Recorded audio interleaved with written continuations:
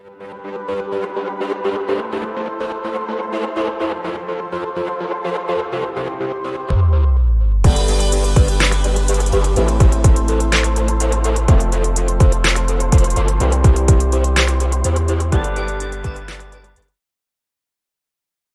everybody, Dawn Zoldi here, CEO of P3 Tech Consulting, and welcome back to the Dawn of Drones podcast. Great to see everybody out there. Just a reminder that we are live, so make sure you're jumping in the chat today because we love to see you. We like to know where you're from. We'd like to hear your questions, hear positive comments. We love all of that. And we're so excited today because it is June 1st and we're kicking off a brand new month and a brand new theme. And today it's all about emerging industry leaders. And we have one with us here today, John Miner from the Sonoran Desert Institute, School of Unmanned Technology. So John, welcome to the podcast. Hey, Don, thank you much. I'm really grateful to be here with your audience. And it was great to see you at the AUVSI Exponential and at the Law Tech Connect function that you kicked off there. Well, thanks so much, John. Yes, John was one of several Carasoft scholars that we had at our inaugural Law Tech Connect workshop at AUVSI Exponential in Orlando last month. And I got to see John again. The first time I met him was actually at the Consumer Electronics Show, right? CES 2022. Right. And you had just kicked off the new year big, right? Like you had just really kicked off the School of Unmanned Technology and just received your certification. And if memory serves, you joined us at the Women in Drones, Women to Watch honoree program and came to our networking reception. So that's where I met John originally. And you all had like an incredible presence there. Like you just kicked off the school and you had a booth there at CES. There was a lot of excitement, and this was about a year in the works to get ready for this kickoff at CES, and I was surprised. We had a lot more traffic than I really anticipated initially because of post-COVID. I think everybody was excited to be out and to get things going, and since it's not really a drone show, it's about it's the hugest technology show in the world. But there were a lot of people that were interested in drone training and drones and things like that. So it was a great kickoff for us. Well, we're alluding to it. We're going to talk about it more deeply, this idea of the new school and the certification that SDI received that took a year plus to garner that certification and accreditation. But before we do, John, let's talk about you.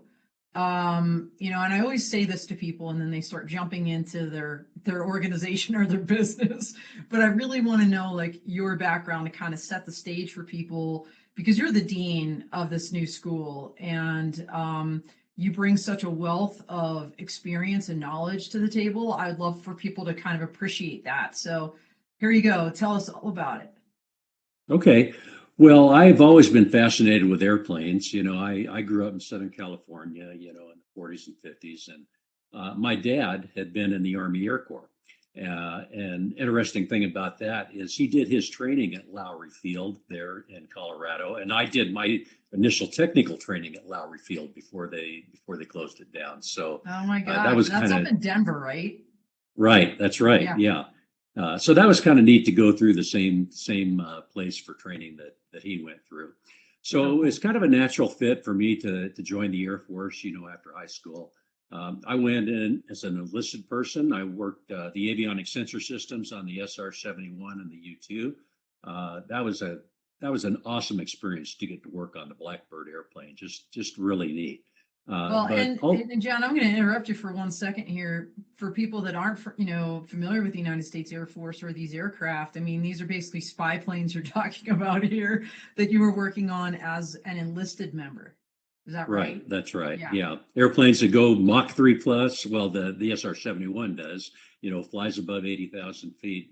Awesome airplane. I mean, if you look at it today, if you go look at pictures of it, it still looks like a futuristic airplane. So that was really cool. And then I wanted to advance my education. So the Air Force had a program that was sponsored by the Air Force Institute of Technology called the Airman Education and Commissioning Program. So I applied for that, got accepted. They sent me off to school to get a bachelor's in electrical engineering. And then after graduation, they sent me to officers training school. And then I was able to convince AFIT to send me back for a master's degree after OTS. And so that was kind of my, start to the Air Force. Well, again, I want to just kind of jump in here to foot stomp this for those that don't appreciate the path that John took. He entered, kind of right out of high school as an enlisted member, did some pretty cool stuff early on, and then got accepted to a really elite program where the Air Force paid for him to not only go to school and get a bachelor's and then an advanced degree, but also to transition to become a commissioned officer. And so, I mean, that's just like really significant, and not a lot of people have taken that path, John. So that's incredible. And electronic engineering, so mind blown. So tell us a little bit about the assignments you had after you became an officer. Well, sure. Yeah. When I went back to grad school, I had an assignment. I was going to be working on the Airborne Laser Lab out at Kirtland Air Force Base in New Mexico as a flight test engineer.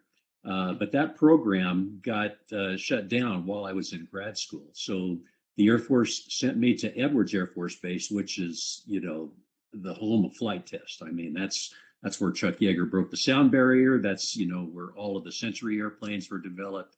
Just a really cool place to go to, out in the middle of nowhere. I don't know that it has to be. Spouses all like to be there. They're doing crazy testing out there. It better be. That's right. Nowhere. Yeah. Yeah. That and plus they've got a big giant dry lake bed that you could land on during emergencies and things like that. Yeah. So I went out to Edwards. I was assigned as a flight test engineer working on a program called Lantern, which stands for Low Altitude and Navigation Targeting Infrared for Night. And that particular program was the Tactical Air Command's attempt to be able to fly and fight at night, where before, they were kind of limited to the daytime, or, they couldn't really get down low and see what the enemy was doing, under the cover of darkness. And so it was a very big program. It had a lot of money behind it. It was the Tactical Air Command's #1 developmental priority above even airplanes at the time. This is back in the early 80s. So I worked on that program. I ended up becoming the infrared sensors expert for the Flight Test Center out at Edwards, and did that, worked on a number of other programs, worked on an F-16 ISR program that we'll probably talk about later. And then I had a choice to make. I had two assignments. I had one to be able to go to the Air Force Academy as an instructor in the electrical engineering department. And the other assignment was to go to test pilot school and to keep flying, and there really wasn't much choice. I loved flying. I had started out flying in F-16s. Funny thing is, when I went to the test pilot school, then I had to kind of backpedal and started flying in F-4s. So that was pretty neat. So I went through their program as a flight test engineer, graduated, had a wonderful career in flight test. Was privileged to be the president of the Society of Flight Test Engineers for a couple of years. But I got to work on a lot of different types of systems, both manned and unmanned. And back in some of the early days of the unmanned systems that look like the Tomahawk cruise missiles today. Well, I remember you had mentioned to me earlier that even as far back as 1986, you were working on uncrewed aircraft. And it's funny, John, because so many people talk about this industry and how new it is, but for the military, this is not new, right? And military has been working with uncrewed vehicles. Well, you were one of the first ones, right, in the early 80s. It obviously didn't come to real fruition until probably the mid 90s with the Predators and the Reapers and kind of the operations in the Middle East. But it's really interesting to me when I hear people say, oh, it's also new, and it really isn't. And you were really on the cutting edge of some of the testing involved in that. So let's talk a little bit about the unmanned aircraft, the uncrewed aircraft that you worked with. Okay. Well, my first introduction to unmanned aircraft is I was assigned as the project manager for a program called F-16 near real-time reconnaissance. It was a demonstration validation program And what the Air Force wanted to do was transition away from wet film, and the giant film canisters and all of those things that I worked with on the SR-71 and U-2, and to go to all digital, because digital was the coming age of technology. So this program was a joint program. We flew a potted F-16, and that's particular system had old wet film cameras, but they modified them, took off the film backs, and they put on these charge coupled device electronic backs to be able to have this digital imagery and be able to send it through a data link. Part of that program, though, part of the development was the development of a BQM-145, which was a medium range unmanned vehicle. So that was my first exposure to unmanned vehicles. Since that time, I worked on a bunch of different programs for the Air Force and other services and other agencies, both classified and unclassified. One of the unclassified ones was called the RQ-3A Dark Star, or TR3 minus. And that program came out of a black program that they didn't have enough money to fund the entire program, and it was the subject of requirements creep. And so they broke it up into two advanced concept technology demonstrators, the Global Hawk and the Dark Star. And I was on the Dark Star program mostly. And that was a high altitude, low observable aircraft that was designed to be able to penetrate without being seen, get very close to highly defended targets, and be able to get capture imagery of those targets without getting shot down. So that was really cool to work on that. Unfortunately, the Air Force didn't take it all the way through development, and it never went into operation. And that's a whole nother story that we can talk about later. I'm sure that is a whole nother story, but let's transition a little bit. So clearly you bring this incredible wealth of experience and knowledge from your time in the Air Force. And I love how, just from our conversation with Fred Bovetto, retired, Lieutenant Colonel, was on our clubhouse last week. In fact, I think Mike can drop that replay link of Fred's audio from our clubhouse last Thursday. It was phenomenal. You surround yourself with these incredible people we're going to talk about, plus your own experience and knowledge, and really brought this this idea of Air Force training and how it works there forward into this school, which I think is very significant. Let's talk first, before we get to the unmanned school, about SDI and its origins, because it's kind of unique.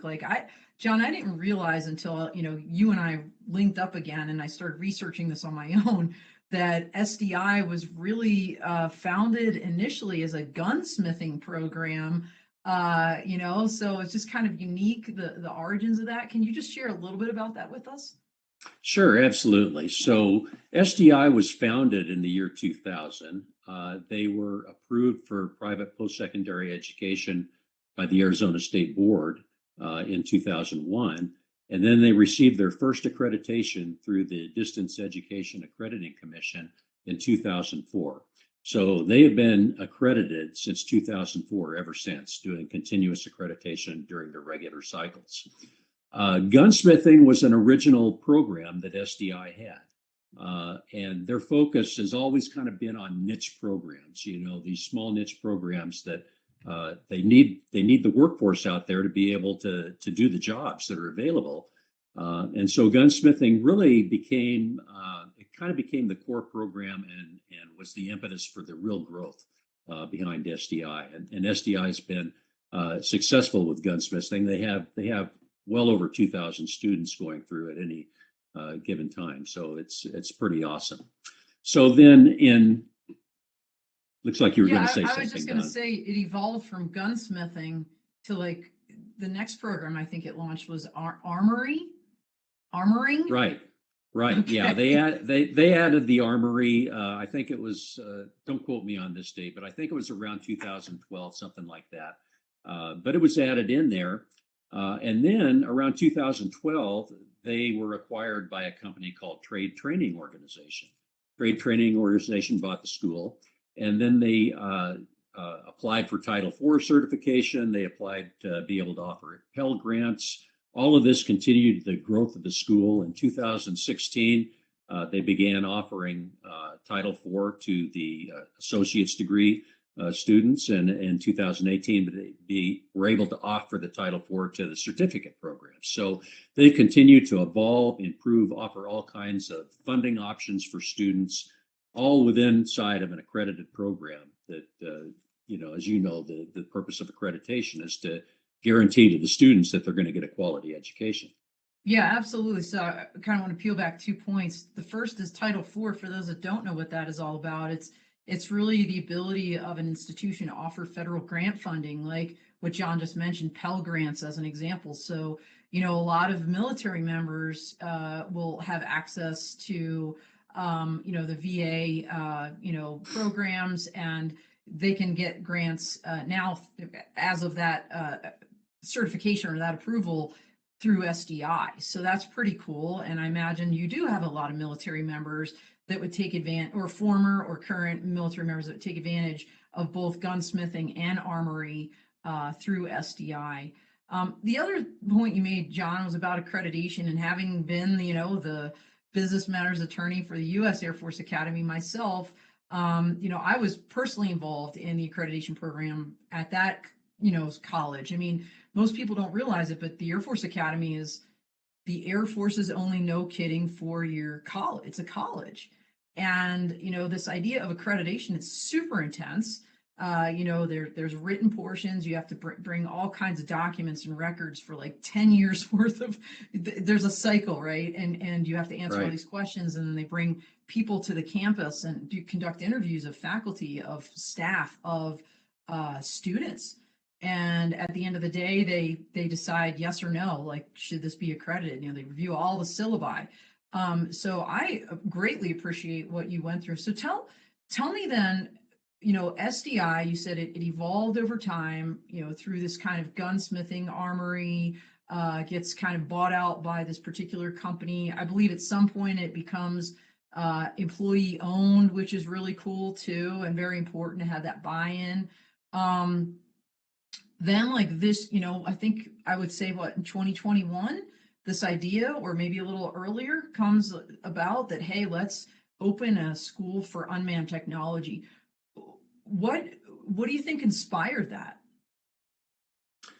Well, I think there's a couple of things. I think one is that the president and some of the senior management people were looking for another niche industry to be able to go into that was, that needed a workforce to be able to support it. The other thing is that I met the president, Tracy Lee, at a DEAC workshop, at an accreditation workshop. And I was working with another university, and we were having some issues with accreditation, and they Tracy and her team offered to help us and give us advice and with the accreditation. So that was my initial introduction to SDI. And they were doing this, not for money, not for profit, just to be a good neighbor and help you out, kind of thing. So I got to learn about the SDI company, about how they operate, about how they're committed to students and especially to veterans. They're very, very veteran friendly and do have a lot of veteran students. In fact, they've got so many veteran students that sometimes that can be an issue, because you got to have the right mixture of veterans and other funding sources as well. So there was an opportunity in late 2020 for me to come on board with SDI. And in 2018 is when they transitioned to being an employee-owned company. And after they became and not just an ESOP regular employee-owned company, but 100% employee-owned. So every employee is an owner of the company now. And I love that culture. I love it where every employee is focused on the student and making sure that they're going to be successful in helping the school grow. So it's a great place to work. So when the opportunity came to start up this new School of Unmanned Technology, I jumped on it in a heartbeat. Well, you mentioned the word culture, and there's nothing more important for any organization is to have a positive culture. And so it sounds like that is one of the main things that attracted you to SDI, just through your interactions with them. And also being a professor myself, I'm adjunct at CSU Pueblo for Homeland Security in the Poli-Sci department undergrad, and teach Embry-Riddle Aeronautical University worldwide graduate course on law. drone law and policy, or uncrewed systems, technically, it's multi-domain. I mean, creating that culture and being a part of that is very significant. And and it took you, once you got there, like a year to get accredited then as a distance education institution for the unmanned That's right. school? Yes, we originally started developing the courses and putting the program together. It really started about January of 2021. And we got a great Christmas present. We were accredited. We were notified that we were accredited right before Christmas, and that was fantastic. And so then we moved forward with the launch at CES, which was perfect timing in January, early January. And so, yeah, being in the right place at the right time, and then having a school that already understands the accreditation process and has everything built in. It's not that they don't wait for the 5-year cycle to come around to work on the processes to stay accredited. They continuously do that every day. And so they're constantly working on this continuous process improvement, making sure that they're meeting all the regulations and all the accreditation standards. And I think it's really an impressive place to work. I've worked at a few universities, and this place has impressed me more than any place else I've ever worked. Well, just with my background and knowledge, I'm impressed that it only took a year to basically stand up an entire school. Like you said, the curriculum, getting that accreditation, everything on board in a year. Well, actually less than a year if you start in January, and by Christmas you had the, cert in hand. I mean, that's significant. John, I'm thinking now might be a really cool time to launch that video. That sounds good. Yeah. Yeah, let's do it. We're going to roll a little video here of the school, so we'll remain silent as that plays.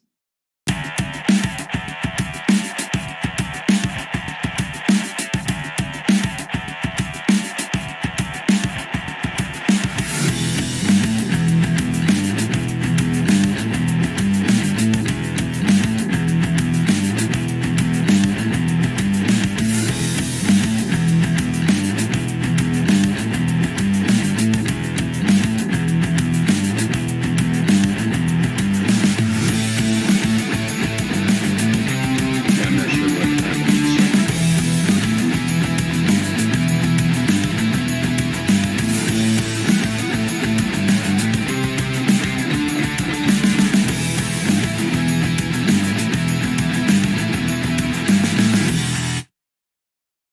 All right. Actually, the sound plays and we can't hear it here, so it gets a little confusing, but I'm pretty sure everybody out there got. How do you turn your music in the Figma, background. Adobe That was the XD, official or launch Sketch video, right, that you designs guys into put together developer-friendly? for the program.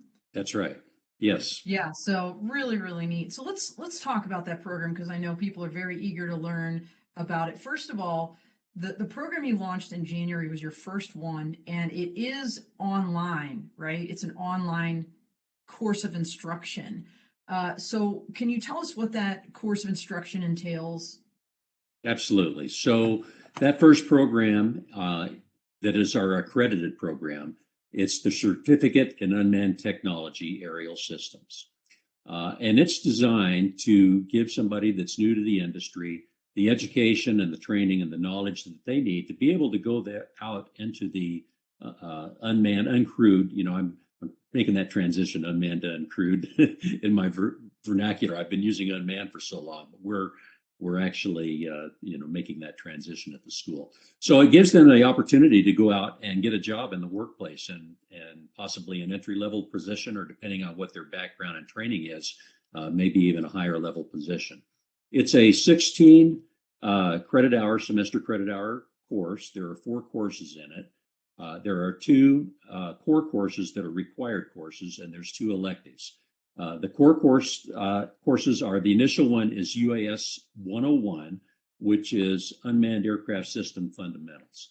And it's a very broad, but with some depth, detailed course about all things unmanned systems, how they fly, what are the subsystems that are involved, the payloads, the sensors, the types of propellers that you can use, the types of engines that you use on them, how the communications work, the ground control systems that you use to control these things with. It also includes some instruction on artificial intelligence and autonomy. And in that particular course, the students, they get a drone and they learn how to not only manually fly that drone within a controlled environment, to be able to use the controls and learn the muscle memory, the coordination that's needed when you're trying to fly a drone with the control sticks. But they also learn how to program the drone and program it to do little autonomous missions and, in the comfort of their home kind of thing.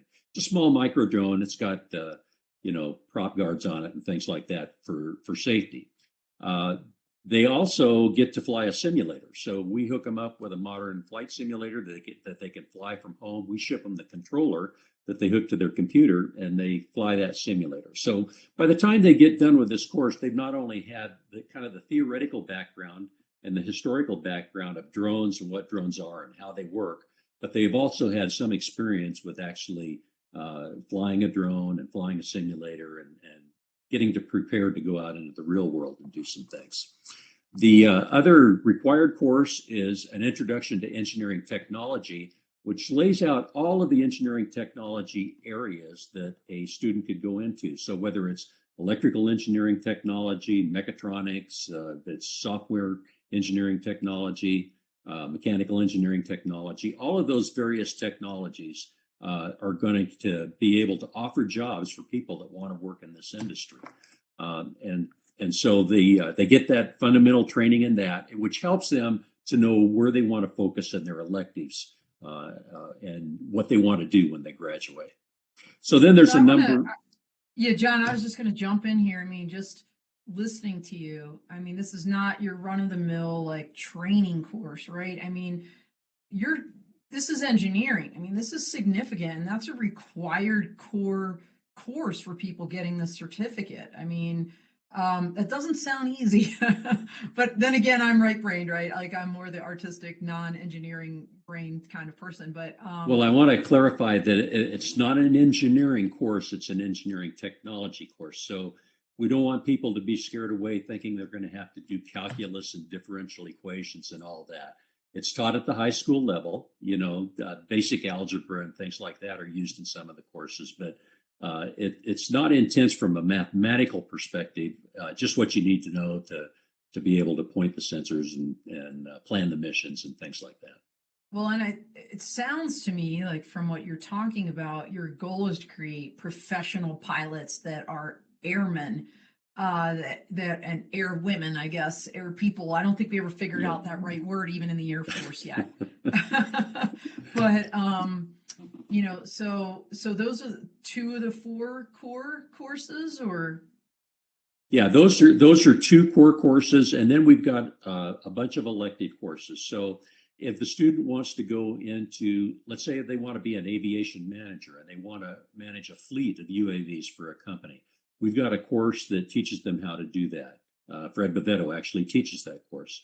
We've got another course in project management. If they do want to be a project manager and manage projects for customers, okay, they've got a course that teaches them how to do that. We have a systems engineering technology course where they learn all about systems engineering processes. And again, it's called an engineering course, but it's not a heavy duty mathematics course, but they do learn about how to use project management software, how to manage projects. And of course, the projects that are in these courses are all related to the unmanned systems industry because we've made it focused on that. Right. We've got a variety of electives for the students to choose from, depending on where they want to go with their education and what they want to do when they graduate. So just to clarify, because I know someone out there is thinking this question, when people get your certificate or they graduate with all the required credits, are they automatically a Part 107 pilot, or do you train them for that too, or is that a separate initiative? Okay. We actually have a question. I'm sorry. I didn't even see this, but James Standen is the before you go comment asking, do you do 107 training? And so he has another question, but that basically great minds think alike. James is always in my clubhouse. So do they emerge with a 107? Do they take the test and as part of the certification that you also give them, or is that something different? Okay, I want to delineate two things here. One, on the accreditation side, we have a course where they go through everything that they need to know to take the 107 test and sit for that test. In that particular course, they actually get a mini drone and they learn to fly that mini drone. That course does prepare them, but going and taking the test with the FAA, sitting for the aeronautical knowledge test, is outside the scope of that course. That's the accredited course. Then on the other side, and this is on the non-accredited side, we have a professional remote pilot and command course that's designed for our corporate customers. We have one corporate customer going through that right now. That course, they do graduate with their Part 107 certificate. It's rolled in part of the course. They have to go take the exam before they actually come out and do the flying with us. And the course can be customized for the different industries that the customers might be in. So the answer is yes and no. On the accredited side, they get all the training they need to go take the test, but taking that test is not part of the course. On the non-accredited side, the students do graduate with their Part 107 and they go on to take the test. We've got one corporate customer right now that is involved in search and recovery, which is a little different than search and rescue. They get involved after the first responders have given up. They're there to give closure to the families, to go find the bodies of their deceased loved ones. And so that particular group has gone through our complete program.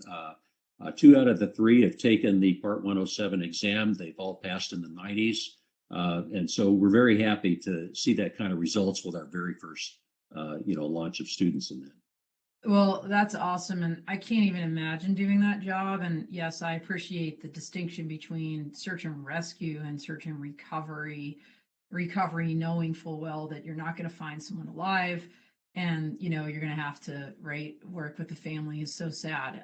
But that's awesome that they were able to pass their 107 with flying colors. John, the chat is blowing up, by the way. We've got a couple people out there I want to give some shout outs to. So we have Chris Wedgeworth is here with us all the time. Of course, he heard the video, by the way. I think everybody did. Arlen Benny is out there, loved your video, and coming at us from Stuttgart, Germany. And then 2 questions. So we're going to deviate from the script and we're going to answer what people want to know. James Stanton, also before you go, asks, are you close at all with Greg Reverdo from the Pilot Institute? Are you working with him at all? Because he's in Arizona as well. Yes, he's at Flagstaff, I believe. No, we're not working with him directly. Of course, I know Greg. He's one of the most well-known people in the industry. But no, we're not working with them directly. We're working completely independent.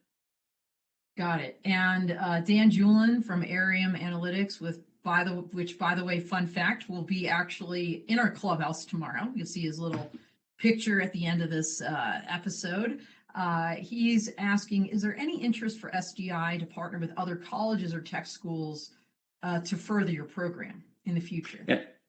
And the answer to that is absolutely. We're especially talking to accredited institutions. We would like to be able to partner with them and offer ways that we can collaborate. Maybe we can offer our programs for them if they don't have a training program. And because we are an accredited institution, I think that makes a very good marriage between 2 accredited organizations to be able to help each other out. So the answer to that, Dan, is yes.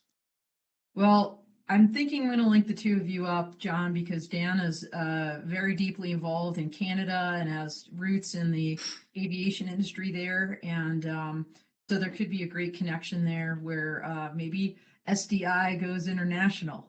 So we'll see what happens with that. But speaking of kind of people, you have surrounded yourself. We kind of mentioned this a little bit earlier with an incredible team. You've got Fred Pavetto, who was on the clubhouse, as we mentioned, incredible in his own right. So funny, John, because when I posted up his picture last week, Top Gun or Maverick, the movie was just coming out. And I was just like, hey, we're going to be talking to the Air Force's own Top Gun. And I'll tell you what, he really is. And people were loving him in Clubhouse. He had so many questions. Again, checked out that replay, but Fred is just one of many of the great folks you have. Do you want to just kind of real quickly roll through some of the people you have on your staff to give folks a flavor of who is instructing these courses? Yeah, absolutely. So, some of the subject matter experts that I brought together are obviously people that I knew from the Air Force. Fred was a former student of mine at the test pilot school and went on to do fantastic, great things. Like he was the test pilot for the Global Hawk, the MQ-9 Reaper, the MQ-1 Predator. So he was intimately involved in UAVs from the beginning. And in fact, as he said on Clubhouse, he developed the very first UAS test pilot course for the Air Force. That's pretty significant. So, and ever since that he's retired, he retired as a lieutenant colonel. He's been involved in the smaller UAVs and things like that, and doing many other things. Our chief pilot is a man that's well known in the industry, Scott Strimple. Scott has 47 years of small unmanned aircraft systems experience, because he's been part of the AMA, flying ever since he was a kid. Wow. So he was an early adopter. Scott's also a check airman and a captain for a major airline, and one of the top three, let's just say that. And he's a check airman, which means he checks out other captains on his aircraft, which is the 777. Very cool. And so, a lot of aviation experience. Our chief technology officer for drones, our chief drone technologist, is a PhD at Virginia Commonwealth University, who's designed flight controllers and has been involved, like Scott, ever since he was a kid. And he's in fact the president of the Jet Powered Model Aircraft Association within AMA. So that's Bob Klinke, and Dr. Bob, as we like to call him. He's got an amazing background. Him and his students have designed autopilots and controller processors that have beaten out large companies at some of the AUVSI competitions, and he's hosted and judged at some of those competitions as well.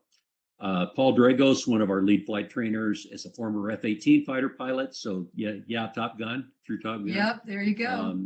And Paul got involved towards the end of his Navy career with the Predator for the Navy, and doing test flights for the Predator. And so this team that kind of helped us get this launched in 1 year's time, well over 125 years of aviation experience between all of us.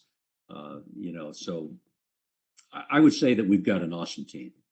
You do, very impressive. And like I said, I think that military experience really informs how you're training and educating these students. And the fact that the Air Force and the Navy, right, have been doing this for a really long time, I think puts you light years ahead of other people that are maybe even reinventing the wheel. Whereas, Fred created the training for the Air Force and he created it for you. I can't even imagine how you could possibly have somebody better on your team.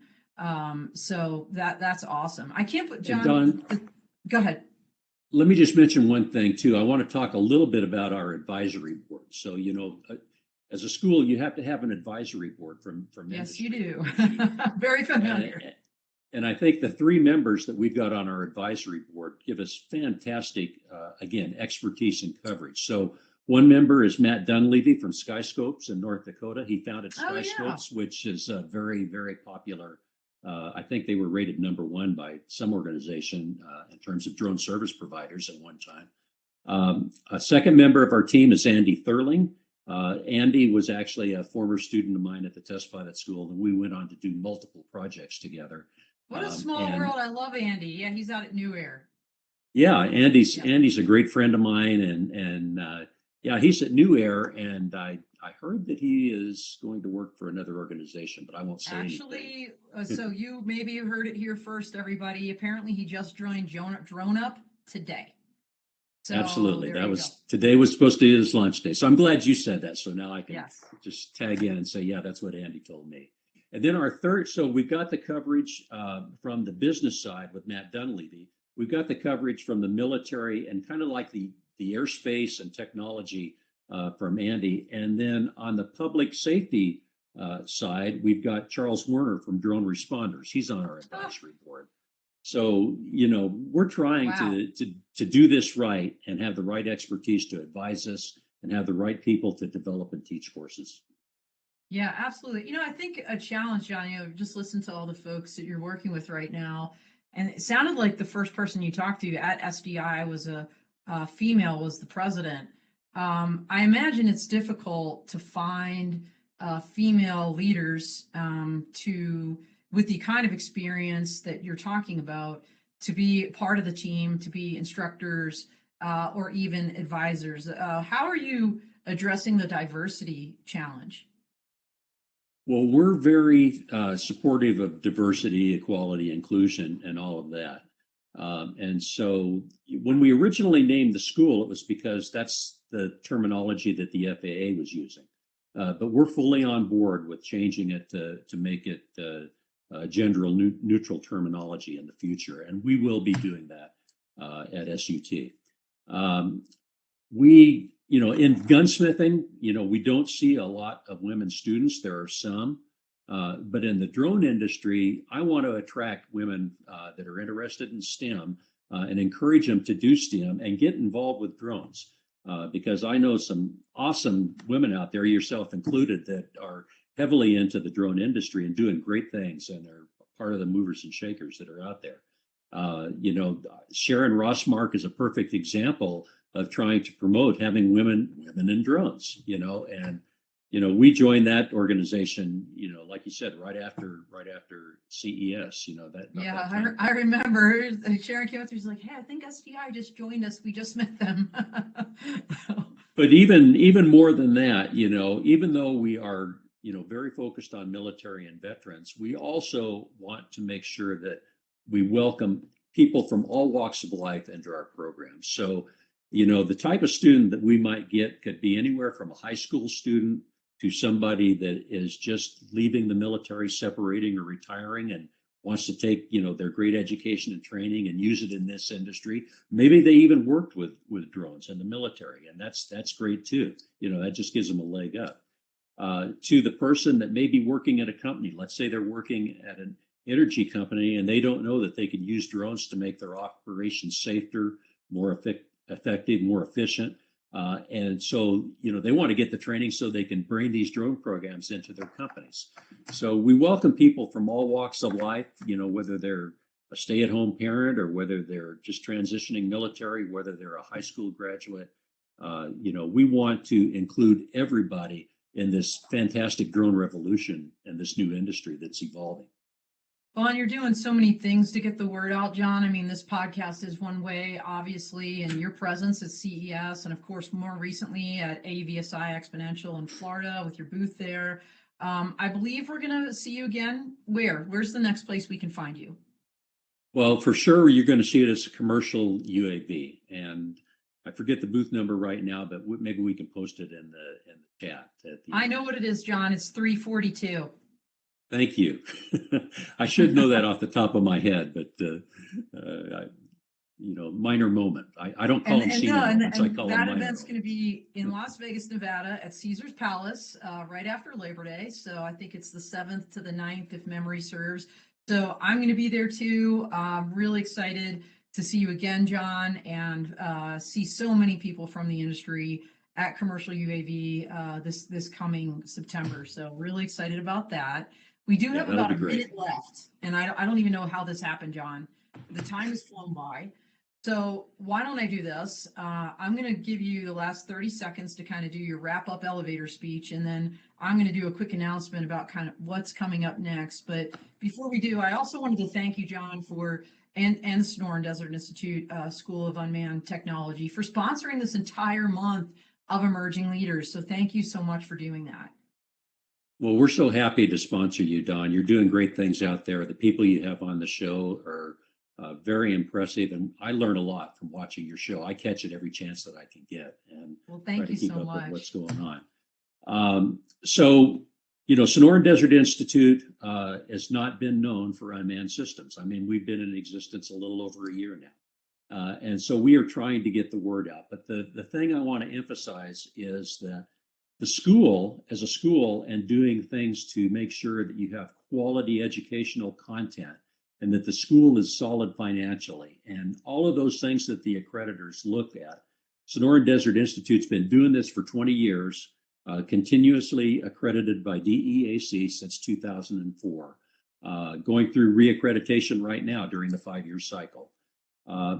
So they've been around doing that part of the business a long time. And the team that we put together to work with us on the drone side, the new School of Unmanned Technology, even though we're new to Sonoran Desert Institute, we've been around aviation for many, many years and around the drone business for a long time. So I think we've got the right people in place to make this really take off and go somewhere.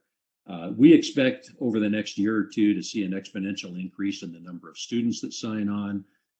We're looking forward to great things in the future. And of course, we can't necessarily talk about what programs we've got in development. That's kind of a no-no with our accreditors. We can't say anything about them, but you can imagine all of the industries that are out there that drones are involved in. We are going to be supporting all of those industries where we think that the highest number of people we can get through the program will go. Yeah, and John, I think there is one. I know we're a little over, but I do want to get this in because I think it's really important. You kind of have a big announcement. You have an upcoming course that you're launching in the fall, this UAS 250, which is the FAA's small UAS professional remote pilot and the first cohort. Can you just give us the really super quick synopsis of what this is and why it's so important? Sure. That course gives them, again, everything on the technology side that a remote pilot should know. I go back to my Chuck Yeager days. He knew the aircraft as good as the mechanics did, and that saved his life. We want remote pilots to be professional aviators that know their airplane inside and out, whether it's a drone or a manned aircraft. And this course is the one that does lead towards the students after they take the course, outside of the course, to take and pass their Part 107 exam. So it's not done inside the course, it's done out of the course, but the course provides them with the drones, the simulators. When they leave the course, they're going to have a mini drone that they walk away with that they can go fly. It's a very exciting course, and I think that's one that's going to be very popular. Well, I think so too, John, and I'm sure we're going to be talking about that more at Commercial UAV. So, like I said, look forward to seeing you there. Thank you so much for your time today. Hope everybody out there enjoyed this. Just know, please, we're going to continue this month of emerging leaders. Again, thanks to Sonoran Desert Institute and the School of Unmanned Technology. And tomorrow, as I mentioned, we're going to have Dan Julin from Canada, Arium Analytics. Okay, my tongue is getting tied here. Arium Analytics talking on Clubhouse 1 p.m. Eastern. So join us because they're doing some really cool stuff, John, in wild land management and wildlife management. So they actually have a really cool drone called the Rowbird. It looks like a bird, John, and we're going to be talking about that tomorrow. And next week, the CEO, Jordan Sikoria, is going to be on this podcast, same time, same place. So thank you so much. Thank you, everybody out there, for joining us today. That's all she wrote. We are out here. Have a great weekend.